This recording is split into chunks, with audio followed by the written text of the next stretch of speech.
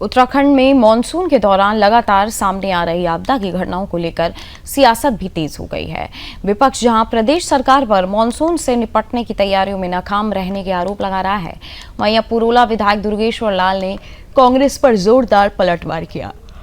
दुर्गेश्वर लाल ने विपक्ष पर निशाना साधते हुए कहा कि कांग्रेस के पास कोई एजेंडा नहीं बचा है, इसलिए वो हर परिस्थिति में सरकार पर आरोप लगाने का काम कर रही है। उन्होंने कहा कि विपक्ष की राजनीतिक जमीन पूरी तरह खिसक चुकी है और यही वजह है कि आपदा जैसी परिस्थितियों में भी आरोप प्रत्यारोप की राजनीति की जा रही है। मॉनसून और आपदा को लेकर विधायक ने कांग्रेस पर तंज कसते हुए कहा कि उत्तराखंड में मॉनसून कोई पहली बार नहीं आया है।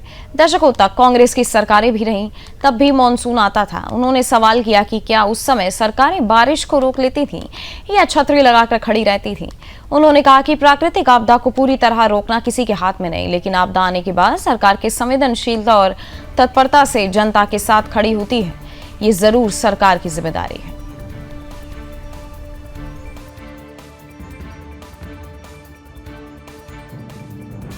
देखिए, विपक्ष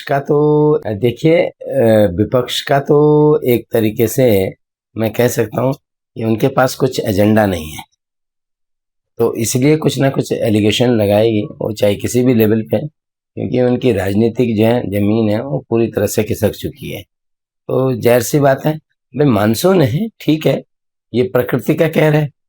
अब जब चाहे 60 साल से इनकी सरकारें थी, तो क्या मानसून नहीं आता था?